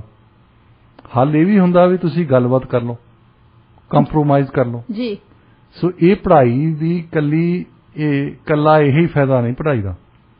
ਦੂਸਰਾ ਵੱਡੀ ਗੱਲ ਹੈ, ਜਿਹੜੇ ਬੱਚੇ ਪੜ੍ਹ ਜਾਂਦੇ ਨੇ, ਅੱਛਾ, ਔਨ ਐਵਰੇਜ ਉਹ ਜ਼ਿਆਦਾ ਟੈਕਸ ਦਿੰਦੇ ਨੇ ਦੂਸਰਿਆਂ ਤੋਂ, ਕਿਉਂਕਿ ਉਹਨਾਂ ਦੀ ਤਨਖਾਹਾਂ ਜ਼ਿਆਦਾ ਹੁੰਦੀਆਂ। ਸੋ ਉਹਨਾਂ ਦੀ ਕੰਟਰੀਬਿਊਸ਼ਨ ਬਾਕੀਆਂ ਨਾਲੋਂ ਜ਼ਿਆਦਾ। ਜਿਵੇਂ ਜੇ ਕੋਈ PhD ਕਰਦਾ ਉਹਦੀ ਜ਼ਿਆਦਾ ਤਨਖਾਹ ਆ, ਜਿਹੜੇ ਕੋਈ ਮਾਸਟਰਸ ਕਰਦਾ ਉਹਦੀ ਜ਼ਿਆਦਾ ਤਨਖਾਹ ਆ, ਕੋਈ ਇੰਜੀਨੀਅਰ ਬਣਦਾ ਉਹਨਾਂ ਦੀ ਜ਼ਿਆਦਾ ਤਨਖਾਹ ਆ। ਇਹਨਾਂ ਦੀ ਤਨਖਾਹ ਹੀ ਨਹੀਂ ਜ਼ਿਆਦਾ, ਇਹ ਟੈਕਸ ਵੀ ਜ਼ਿਆਦਾ ਦਿੰਦੇ ਜੀ। ਹੁਣ ਕੈਨੇਡਾ ਦੇ ਵਿੱਚ ਟੌਪ 10% ਬੰਦੇ ਆ ਜਿਨ੍ਹਾਂ ਦੇ ਵਿੱਚ ਪ੍ਰੋਫੈਸ਼ਨਲ ਆਉਂਦੇ ਆ, ਉਹ 56% ਟੈਕਸ ਦਿੰਦੇ ਆ। ਤੁਸੀਂ ਇਹ ਅੰਕੜਾ ਬਹੁਤ ਵੱਡਾ ਆ ਕਿ ਟੌਪ ਦੇ ਜਿਹੜੇ, ਚਲੋ ਪੈਸੇ ਤਾਂ ਉਹ ਜ਼ਿਆਦਾ ਬਣਾਉਂਦੇ ਆ ਪਰ ਟੈਕਸ ਵੀ ਜ਼ਿਆਦਾ ਦਿੰਦੇ। ਤਾਂ ਇਹ ਸਾਰੀਆਂ ਗੱਲਾਂ ਇਕੱਠੀਆਂ ਹੋਈਆਂ ਪਈਆਂ। ਐਜੂਕੇਸ਼ਨ, ਕ੍ਰਾਈਮ, ਟੈਕਸਸ ਕਿੱਥੇ ਜਾਂਦੇ। ਔਰ ਸਿਐਟਲ ਵਾਲੇ ਸਟੱਡੀ ਕਰਦੇ ਰਹਿੰਦੇ ਨੇ ਔਰ ਸਾਡੇ ਕੋਲ ਉਹ ਅੰਕੜੇ ਭੇਜਦੇ ਰਹਿੰਦੇ ਨੇ, ਜਿਹੜੇ ਕਿ ਬਾਕੀ ਕਈ ਸ਼ਹਿਰਾਂ ਨੂੰ ਵੀ ਕਰਨੇ ਚਾਹੀਦੇ ਆ। ਉਹਨਾਂ ਨੇ ਇਗਨੋਰ ਕੀਤਾ ਆ। ਉਹਨਾਂ ਦੀ ਹੁਣ ਇਹੀ ਨਿਗਾਹ ਪਈ ਆ ਸਾਡੇ BC 'ਚ ਤਾਂ ਅਕਤੂਬਰ 'ਚ ਇਲੈਕਸ਼ਨ ਕਿੱਦਾਂ ਜਿੱਤਣੀ ਜੀ। ਉਹ ਤਾਂ ਹੁਣ ਅਕਤੂਬਰ ਦੀ ਇਲੈਕਸ਼ਨ ਤੇ ਸਭ ਦਾ ਜਿਹੜਾ ਧਿਆਨ ਲੱਗਿਆ ਹੋਇਆ, ਜਿਵੇਂ ਤੁਸੀਂ ਪਹਿਲਾਂ ਵੀ ਮੈਂਸ਼ਨ ਕੀਤਾ ਸੀ, ਜਿਵੇਂ ਮੇਅਰ ਸਾਹਿਬ ਹੈਗੇ ਆ, ਹੁਣ ਉਹਨਾਂ ਨੂੰ ਪਤਾ ਹੀ ਹੈ ਵੀ ਉਹਨਾਂ ਨੇ ਹਾਰ ਜਾਣਾ, ਤਾਂ ਉਹ ਬਹੁਤੀ ਤਵੱਜੋ ਦਿੰਦੇ ਨਹੀਂ ਕਿਸੇ ਵੀ ਚੀਜ਼ ਵੱਲ। ਉਹਨਾਂ ਨੂੰ ਹੁੰਦਾ ਕਿ ਚਲੋ ਠੀਕ ਹੈ, ਜੋ ਜਿੱਦਾਂ ਚੱਲਦਾ ਚਲਾਈ ਚੱਲੋ ਜੀ। ਤੇ ਹੁਣੇ ਜਿਵੇਂ ਤੁਸੀਂ ਗੱਲਬਾਤ ਕੀਤੀ ਹੈਗੀ ਕਿ ਪੈਂਡੈਮਿਕ ਦੇ ਦੌਰਾਨ ਅਪਰਾਧਿਕ ਮਾਮਲੇ ਬਹੁਤ ਜ਼ਿਆਦਾ ਵਧਿਆ, ਈਵਨ ਡੋਮੈਸਟਿਕ ਕੇਸ ਹੋਣ, ਚਾਹੇ ਬੱਚੇ ਵੀ ਘਰ ਰਹੇ ਹੈਗੇ, ਪੈਰੈਂਟਸ ਵੀ ਘਰ ਹੈਗੇ ਆ। ਇਸ ਦੇ ਨਾਲ ਇੱਕ ਹੋਰ ਵੀ ਖਬਰ ਆਈ ਸੀ ਕਿ ਪੈਂਡੈਮਿਕ ਦੇ ਦੌਰਾਨ ਪੈਦਲ ਚੱਲਣ ਵਾਲਿਆਂ ਦੀ ਮੌਤ ਦਰ ਵਿੱਚ ਕਾਫੀ ਵਾਧਾ ਹੋਇਆ, ਤੇ ਉਹਦੇ ਵਿੱਚ ਕਾਰਨ ਉਹ ਡਰਾਈਵਰਸ ਦੀ ਐਂਜ਼ਾਈਟੀ ਦੱਸਦੇ ਆ। ਤੁਸੀਂ ਦੇਖੋ, ਜਿਹੜੇ ਬੰਦੇ ਘਰ ਰਹਿ ਜਾਂਦੇ, ਜਿਹਦਾ ਐਰਿਸਟੋਟਲ ਕਹਿੰਦਾ ਸੀ ਵੀ ਜਿਹੜਾ ਬੰਦਾ ਸਮਾਜ ਦੇ ਵਿੱਚ ਨਹੀਂ ਰਹਿੰਦਾ ਨਾ, ਉਹ ਜਾਂ ਤਾਂ ਪਸ਼ੂ ਆ ਤੇ ਜਾਂ ਦੇਵਤਾ ਆ। ਹੁਣ ਅਸੀਂ ਨਾ ਪਸ਼ੂ ਆ ਤੇ ਨਾ ਦੇਵਤੇ ਆ। ਸਾਨੂੰ ਤਾਂ ਸਮਾਜ ਦੀ ਲੋੜ ਹੈ ਨਾ, ਜਿੱਥੇ ਅਸੀਂ ਜਾਈਏ, ਅਸੀਂ ਰਿਸ਼ਤੇਦਾਰਾਂ ਨੂੰ ਮਿਲੀਏ, ਅਸੀਂ ਦੋਸਤਾਂ ਮਿੱਤਰਾਂ ਨੂੰ ਮਿਲੀਏ। ਇੱਕ ਮਨੋਵਿਗਿਆਨਕ ਦਾ ਪੰਜਾਬੀ ਦਾ ਆਇਆ, ਉਹ ਕਹਿੰਦਾ ਹੁੰਦਾ, ਜਿਹਦੀ ਮਾਂ ਜੀਂਦੀ ਹੋਵੇ ਤਾਂ 4 ਮਿੱਤਰ ਹੋਣ, ਉਹਨੂੰ ਕਦੇ ਡਿਪਰੈਸ਼ਨ ਨਹੀਂ ਹੁੰਦਾ। ਕਹਿੰਦਾ ਮੈਂ ਲਿਖ ਕੇ ਦੇ ਦਿੰਦਾ। ਉਹ ਗੱਲ ਠੀਕ ਹੈ ਕਿ ਮਾਂ ਵਰਗਾ ਕੋਈ ਰਿਸ਼ਤਾ ਹੀ ਨਹੀਂ ਹੁੰਦਾ ਜਿਹਨੇ ਤੁਹਾਡੇ ਬਾਰੇ ਹਮੇਸ਼ਾ ਬਿਹਤਰ ਸੋਚਣਾ ਜੀ। ਬਿਲਕੁਲ, ਉਹਦਾ ਕੋਈ ਕੰਪੀਟੀਸ਼ਨ ਨਹੀਂ। ਉਹਨੂੰ ਇਹ ਲੱਗਦਾ ਕਿ ਮੇਰੇ ਨਾਲ ਜੇ ਜ਼ਿਆਦਾ ਪੜ ਗਿਆ ਚੰਗਾ ਆ ਮੇਰੇ ਲਈ, ਜੇ ਵਧੀਆ ਗੱਲ ਕਰਦਾ ਹੈ ਸਾਡੇ ਲਈ, ਮੇਰੇ ਲਈ ਮਾਣ ਦੀ ਗੱਲ ਹੈ, ਮੇਰਾ ਪੁੱਤ ਆ ਜੀ। ਤੇ 4 ਮਿੱਤਰ ਜਿਹੜੇ ਉਹ ਹੁਣ, ਜਿਹੜੇ ਕਹਿੰਦੇ ਹੁੰਦੇ ਆ, ਇੱਕ ਕਹਾਵਤ ਹੈ, ਜੇ ਚੰਗਾ ਮਿੱਤਰ ਹੋਵੇ ਤੁਹਾਨੂੰ ਸ਼ੀਸ਼ੇ ਦੀ ਲੋੜ ਨਹੀਂ ਹੁੰਦੀ। ਬਿਲਕੁਲ ਸਹੀ। ਉਹ ਤੁਹਾਨੂੰ ਦੱਸ ਦਿੰਦਾ ਸਾਰੀ ਗੱਲ, ਮਾੜੀ ਗੱਲ ਵੀ ਚੰਗੀ ਗੱਲ ਵੀ। ਹੁਣ ਇੱਥੋਂ ਜਾਂਦੇ ਆ, ਕਈਆਂ ਮਿੱਤਰਾਂ ਦੇ ਫੋਨ ਆਏ ਹੁੰਦੇ ਆ ਵੀ ਆਹ ਗੱਲ ਕੀਤੀ ਤੁਸੀਂ ਤੇ ਇਹ ਚੰਗੀ ਸੀ, ਆਹ ਮਾੜੀ ਵੀ ਸੀ। ਜਿਹੜੇ ਤੁਹਾਡੀ ਸਿਫਤ ਹੀ ਕਰਦੇ ਆ, ਉਹਨਾਂ ਨੇ ਤਾਂ ਇਹੀ ਕਹਿਣਾ ਵੀ ਬਹੁਤ ਚੰਗੀ ਗੱਲ ਸੀ, ਉਹ ਮਾੜੀ ਨਹੀਂ ਗੱਲ ਦੱਸਣਗੇ। ਮਾੜੀ ਮੇਰੇ ਦੋਸਤ ਹੀ ਦੱਸਣਗੇ ਨਾ ਜੀ। ਅੱਛਾ, ਉਹ ਮੈਨੂੰ ਗੁੱਸਾ ਵੀ ਨਹੀਂ ਆਉਂਦਾ ਕਿਉਂਕਿ ਮੇਰਾ ਮਿੱਤਰ ਹੈ। ਜੇ ਉਹ ਨਾ ਦੱਸੂਗਾ ਫਿਰ ਮੈਨੂੰ ਮਾੜੀ ਗੱਲ ਕੌਣ ਦੱਸੂਗਾ। ਸੋ ਜਿਹਦੇ 4 ਮਿੱਤਰ ਆ, ਉਹ ਉਹਨੂੰ ਚੰਗੀ ਵੀ ਦੱਸਣਗੇ, ਉਹਨੂੰ ਮਾੜੀ ਵੀ ਦੱਸਣਗੇ, ਉਹਦਾ ਮਨ ਵੀ ਲੱਗਿਆ ਰਹੂਗਾ।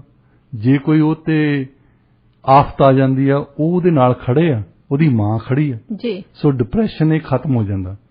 ਇੱਕ ਹੋਰ ਸਟੱਡੀ ਹੈ ਕਿ ਦੇਖੋ, ਜਿਹੜਾ ਸਾਡਾ ਅਸੀਂ ਇਨਸਾਨ ਬਣਿਆ ਨਾ, ਹੁਣ ਦੀ ਜਿਹੜੀ ਜ਼ਿੰਦਗੀ ਬਣ ਗਈ, ਸਾਡੀ ਮਾਡਰਨ ਜ਼ਿੰਦਗੀ ਹੈ, ਇਹਦੇ ਵਿੱਚ ਉਹ ਗੱਲਾਂ ਆ ਗਈਆਂ ਨੇ ਜਿਨ੍ਹਾਂ ਨਾਲ ਅਸੀਂ ਕਦੇ ਇਤਿਹਾਸ ਦੇ ਵਿੱਚ ਸਿੱਝਿਆ ਹੀ ਨਹੀਂ।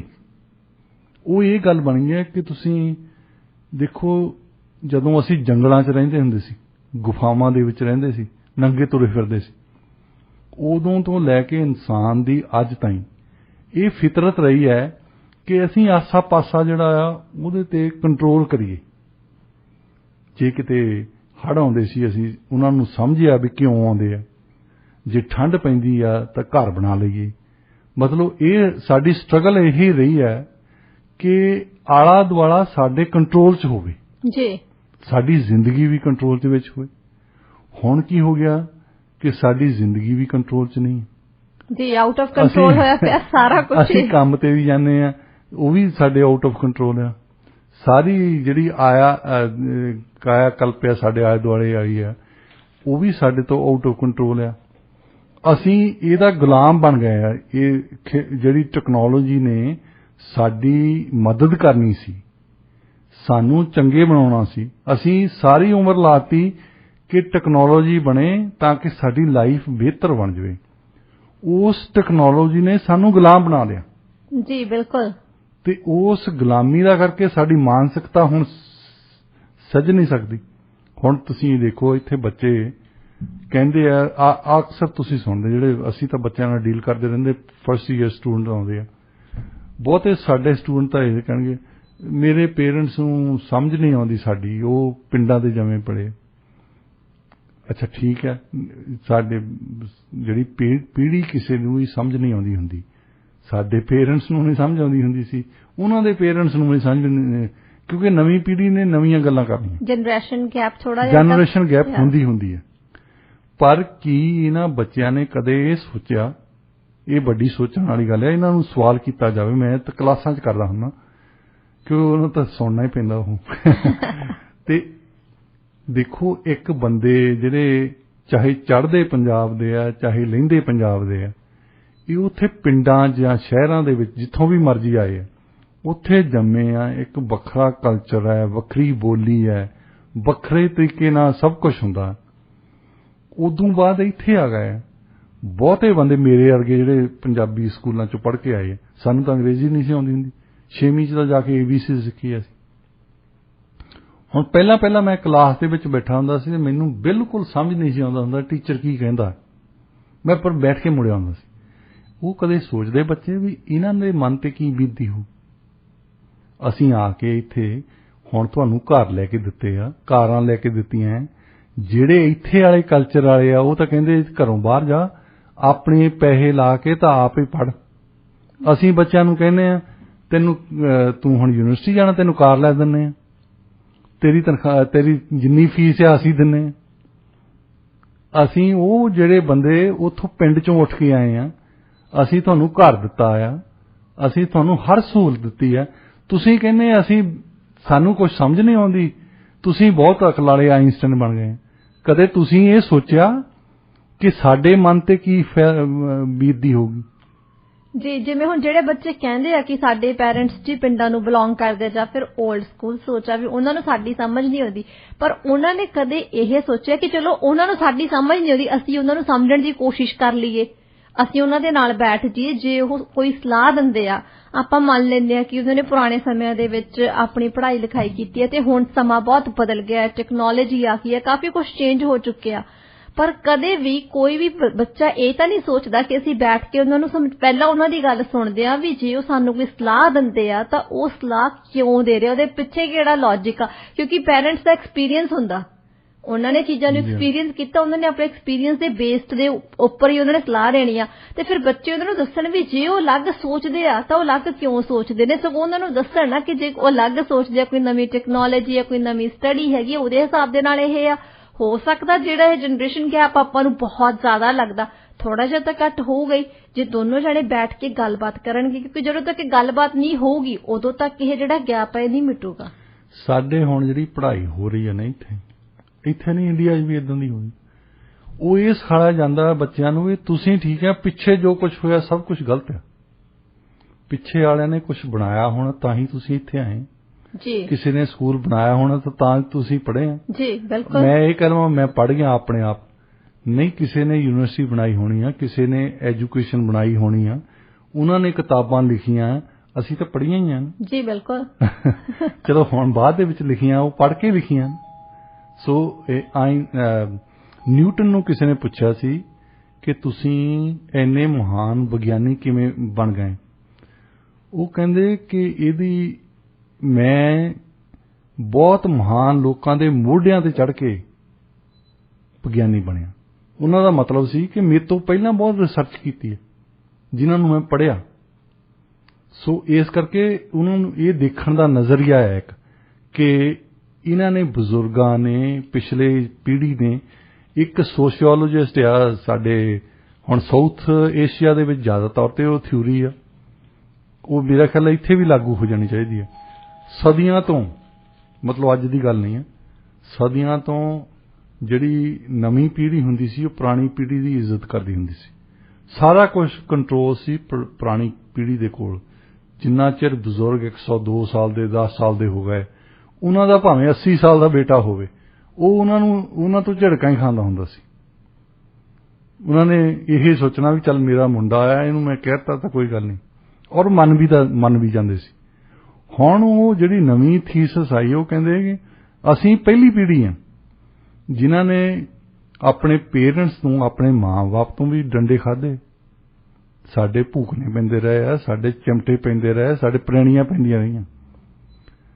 ਹੁਣ ਸਾਡੇ ਬੱਚੇ ਮਾਰਦੇ। ਇਹ ਪਹਿਲੀ ਵਾਰ ਹੋਇਆ ਇਤਿਹਾਸ ਦੇ ਵਿੱਚ ਕਿ ਸਾਡੀ ਪੀੜ੍ਹੀ ਉਹ ਆ ਜਿਹੜੀ ਤੁਸੀਂ ਕਹ ਲਓ ਕਿ ਮਾਂ-ਬਾਪ ਤੋਂ ਵੀ ਛਿੱਤਰ ਖਾਧੇ ਆ, ਬੱਚਿਆਂ ਤੋਂ ਵੀ ਛਿੱਤਰ ਖਾ ਰਹੇ ਆ। ਇਹ ਦੇਖੋ ਵੀ ਸਾਡੀ ਮਾਨਸਿਕਤਾ ਕਿੱਥੇ ਗਈ। ਇਹਨੂੰ ਸਮਝਣ ਨੂੰ ਕੌਣ ਆਊਗਾ ਅੱਗੇ? ਜੀ ਬਿਲਕੁਲ। ਸੋ ਇਸ ਗੱਲ ਤੇ ਕਿ ਜਿਹੜੀ ਮਾਨਸਿਕ ਤੌਰ ਤੇ, ਖਾਸ ਤੌਰ ਤੇ ਪੈਂਡੈਮਿਕ ਦੇ ਵਿੱਚ ਇਹ ਹੱਦ ਤਾਈਂ ਚੱਲ ਗਈ ਹੈ ਕਿ ਘਰ ਦੇ ਵੀ ਇੱਕ ਦੂਸਰੇ ਨੂੰ ਮਿਲਣ ਤੋਂ ਡਰਦੇ ਆ ਜੀ। ਕਿ ਇਹ ਵੀ ਗੱਲ ਹੈ ਕਿ ਤਾਂ ਹੀ ਕੈਨੇਡੀਅਨ ਲੋਕੀ ਕਹਿੰਦੇ ਆ ਕਿ ਹੁਣ ਤੁਸੀਂ ਸਮਾਜ ਨੂੰ ਖੋਲ੍ਹ ਦਿਓ, ਆਈਏ ਜਾਈਏ, ਬੈਠੀਏ ਉੱਠੀਏ, ਰੈਸਟੋਰੈਂਟ 'ਚ ਜਾਈਏ, ਅਸੀਂ ਹਾਲ ਦੇ ਵਿੱਚ ਜਾਈਏ, ਮਿਲੀਏ ਗਿਲੀਏ ਲੋਕਾਂ ਨੂੰ। ਜੇ ਕੁਝ ਹੋਣਾ ਤਾਂ ਹੋਏ, ਅੱਗੇ ਫਲੂ ਹੁੰਦਾ ਹੀ ਸੀ ਜੀ, ਅੱਗੇ ਸਭ ਕੁਝ ਹੁੰਦਾ। ਹੁਣ ਇਸ ਪੈਂਡੈਮਿਕ ਦੇ ਵਿੱਚ ਕੋਈ 52-53 ਲੱਖ ਲੋਕ ਦੁਨੀਆ ਦੇ ਵਿੱਚ ਮਰੇ ਆ ਜੀ 2 ਸਾਲਾਂ ਦੇ ਵਿੱਚ। ਹਰ ਸਾਲ ਦੇ ਵਿੱਚ, ਇੱਕ ਸਾਲ ਦੇ ਵਿੱਚ 99 ਲੱਖ ਲੋਕ ਹਾਰਟ ਅਟੈਕ ਨਾਲ ਮਰਦੇ। ਕੀ ਹੁਣ ਉਹ ਮਰਨੋਂ ਹਟ ਗਏ? ਨਹੀਂ। ਤੁਸੀਂ ਕਾਰਡੀਅਕ ਅਰੈਸਟ ਦੀਆਂ ਹੁਣ ਵੀ ਫਿਗਰਸ ਪੜ੍ਹਦੇ ਆ, ਪਿਛਲੇ ਸਾਲ ਵੀ ਉਹਨੇ ਮਰੇ ਆ, ਉਦੋਂ ਪਿਛਲੇ ਸਾਲ ਵੱਧਦੇ ਜਾਂਦੇ ਅੱਗੇ ਨਾਲੋਂ ਜ਼ਿਆਦਾ ਵਧੇ ਜੀ। ਤੇ ਇਹ ਗੱਲਾਂ ਤਾਂ ਨਾਲ ਹੀ ਰਹਿਣੀਆਂ। ਹਾਂ ਠੀਕ ਹੈ, ਅਸੀਂ ਐਕਸਰਸਾਈਜ਼ ਕਰੋ, ਤੁਸੀਂ ਚੰਗਾ ਖਾਣਾ ਖਾਓ, ਉਹਨਾਂ ਗੱਲਾਂ ਤੇ ਅਸੀਂ ਧਿਆਨ ਨਹੀਂ ਦਿੰਦੇ। ਤਾਂ ਇਸ ਗੱਲ ਤੇ ਲੋਕਾਂ ਦਾ ਵਿਚਾਰ ਇਹ ਆ ਕਿ ਇਸ ਸਮਾਜ ਨੂੰ ਖੋਲ੍ਹ ਦਿਓ, ਹੁਣ ਓਪਨ ਹੋ ਜਾਣਾ ਚਾਹੀਦਾ ਜੀ। ਜੀ ਪ੍ਰੋਗਰਾਮ ਦੇ ਵਿੱਚ ਅਸੀਂ ਗੱਲਬਾਤ ਕਰ ਰਹੇ ਸੀ, ਪਹਿਲਾਂ ਅਸੀਂ ਪੈਂਡੈਮਿਕ ਦੇ ਦੌਰਾਨ ਕਿਸ ਤਰ੍ਹਾਂ ਅਪਰਾਧਿਕ ਮਾਮਲੇ ਵਧੇ ਹੈਗੇ ਆ, ਉਸ ਤੋਂ ਬਾਅਦ ਫਿਰ ਅਸੀਂ ਗੱਲਬਾਤ ਸ਼ੁਰੂ ਕੀਤੀ ਸੀ ਕਿ ਪੈਂਡੈਮਿਕ ਦੇ ਦੌਰਾਨ ਕਿੰਨੇ ਜ਼ਿਆਦਾ ਐਕਸੀਡੈਂਟ ਵਧੇ ਹੈਗੇ ਆ। ਕਿਉਂਕਿ ਜਿਹੜੀ ਇੱਕ ਰਿਪੋਰਟ ਆਈ ਹੈ ਨਵੀਂ, ਉਹਦੇ ਵਿੱਚ ਉਹਨਾਂ ਨੇ ਮੈਂਸ਼ਨ ਕੀਤਾ ਕਿ ਜਿਹੜੇ ਪੈਂਡੈਮਿਕ ਦੇ ਦੌਰਾਨ ਡਰਾਈਵਰਸ ਦੀ ਐਂਜ਼ਾਈਟੀ ਕਾਫੀ ਜ਼ਿਆਦਾ ਵੱਧ ਜਾਂਦੀ ਆ। ਐਂਜ਼ਾਈਟੀ ਵਧਣ ਦੇ ਨਾਲ ਹੀ ਜਿਹੜੇ ਐਕਸੀਡੈਂਟ ਹੈਗੇ ਇਹਨਾਂ ਦੇ ਵਿੱਚ ਵਾਧਾ ਹੋਇਆ। ਦੇਖੋ, ਜਿਹੜੇ ਇਨਸਾਨ ਪਹਿਲਾਂ ਹੀ ਕੰਪਲੈਕਸ ਵਰਲਡ ਦੇ ਵਿੱਚ ਰਹਿੰਦੇ ਆ, ਜਿਹੜੇ ਪਹਿਲਾਂ ਵੀ ਸੋਚਣ ਤੁਸੀਂ ਡਰਾਈਵਰਸ ਦੇਖਦੇ ਆ, ਉਹਨਾਂ ਦੀਆਂ ਅੱਖਾਂ ਖੁੱਲੀਆਂ ਆ, ਸਰੀਰ ਬੜਾ ਸੋਹਣਾ ਕੰਮ ਕਰਦਾ। ਕਾਰ ਦੇ ਵਿੱਚ ਬੈਠੇ ਆ, ਉਹਨਾਂ ਨੇ ਰੋਕ ਲਈ ਕਾਰ, ਕਿਤੇ ਲਾਈਟ ਆਈ, ਤੁਸੀਂ ਦੇਖਦੇ ਕਿ ਅਲਰਟ ਬੰਦਾ ਹੈ, ਪਰ ਉਹਦਾ ਦਿਮਾਗ ਪਤਾ ਨਹੀਂ ਕਿੱਥੇ ਚਰਨ ਗਿਆ ਹੈ, ਪਤਾ ਨਹੀਂ ਕਿਹੜੇ ਕੰਮ 'ਚ ਫਸਿਆ ਹੈ। ਹੁਣ ਪੈਂਡੈਮਿਕ ਦੇ ਦੌਰਾਨ ਇਹ ਜ਼ਿਆਦਾ ਐਂਜ਼ਾਈਟੀ ਹੋ ਜਾਈ, ਕਿਉਂਕਿ ਉਹ ਘਰ ਚਲ ਜਾਂਦਾ, ਘਰ ਕਿਸੇ ਨਾਲ ਗੱਲ ਨਹੀਂ ਕਰਦੇ, ਕਿਸੇ ਨਾਲ ਹੋਰ ਨਹੀਂ ਬੈਠਦੇ ਉੱਠਦੇ ਨਹੀਂ।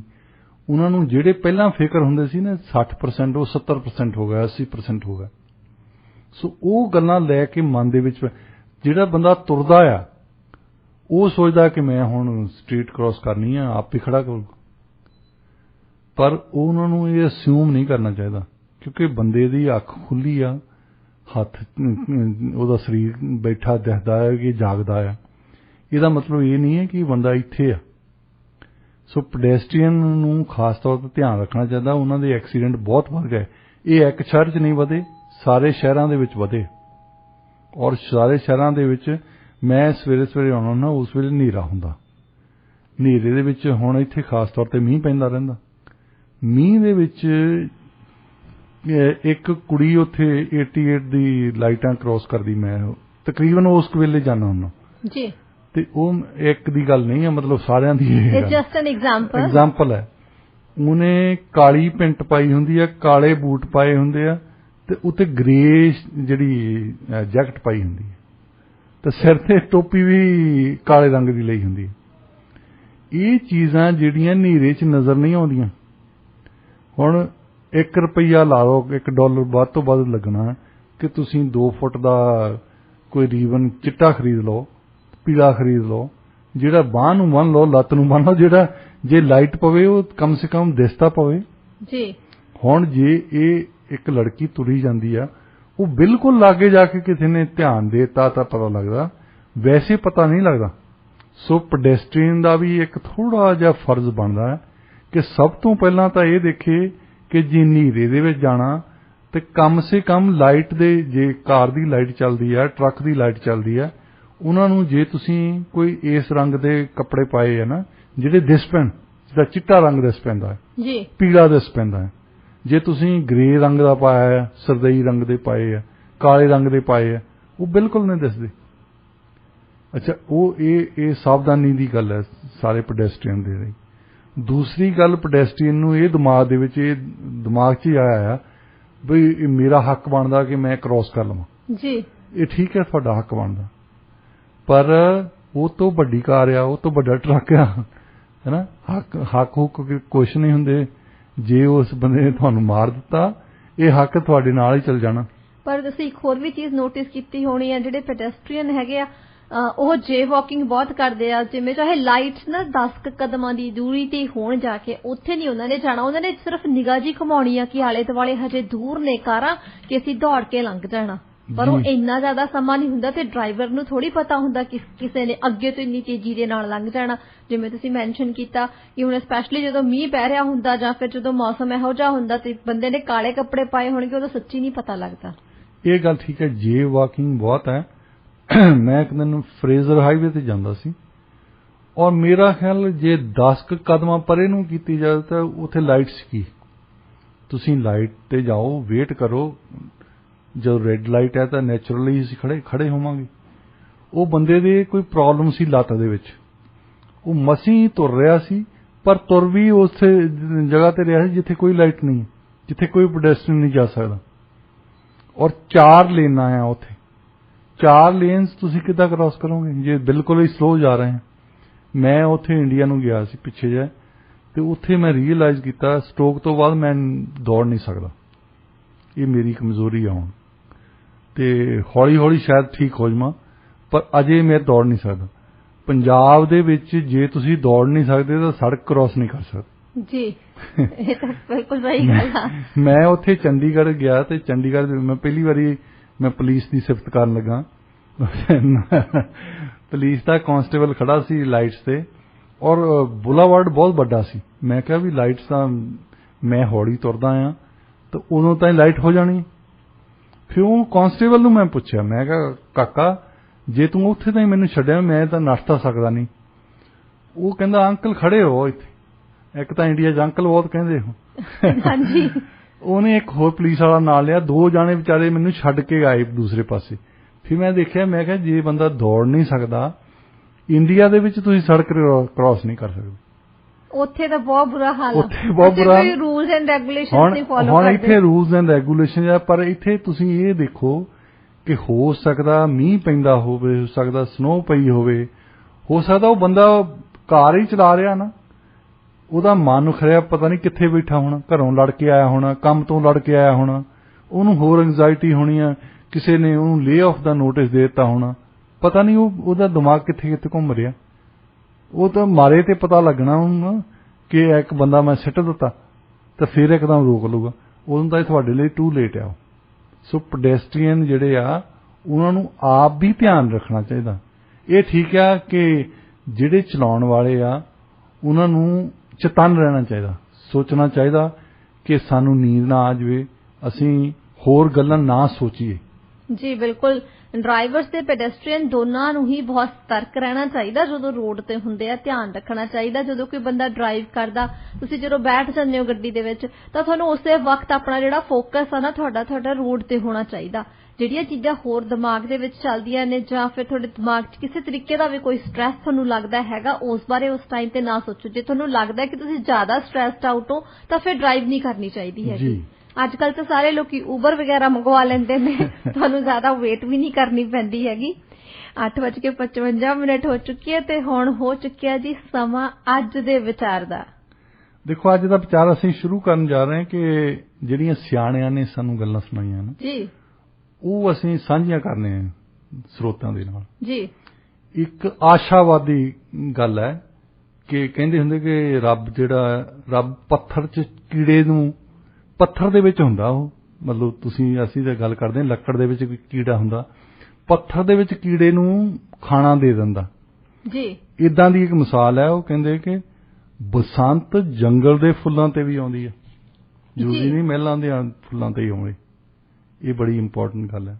ਤੇ ਖੁਦਾ ਹਾਫਿਜ਼ ਜੀ, ਕਿਉਂਕਿ ਕੁਦਰਤ ਕਿਸੇ ਦੇ ਨਾਲ ਵੀ ਡਿਸਕ੍ਰਿਮੀਨੇਸ਼ਨ ਨਹੀਂ ਕਰਦੀ ਹੈਗੀ। ਤੁਸੀਂ ਬਿਲਕੁਲ ਸਹੀ ਕਿਹਾ। ਇਸੇ ਨੋਟ ਤੇ ਅੱਜ ਦਾ ਪ੍ਰੋਗਰਾਮ ਅਸੀਂ ਸਮਾਪਤ ਕਰਦੇ ਹਾਂ ਤੇ ਤੁਹਾਡੇ ਨਾਲ ਮੁਲਾਕਾਤ ਹੋਏਗੀ ਜੀ ਕੱਲ ਸਵੇਰੇ ਠੀਕ 7 ਵਜੇ ਦੀਆਂ ਖਬਰਾਂ ਤੋਂ ਬਾਅਦ।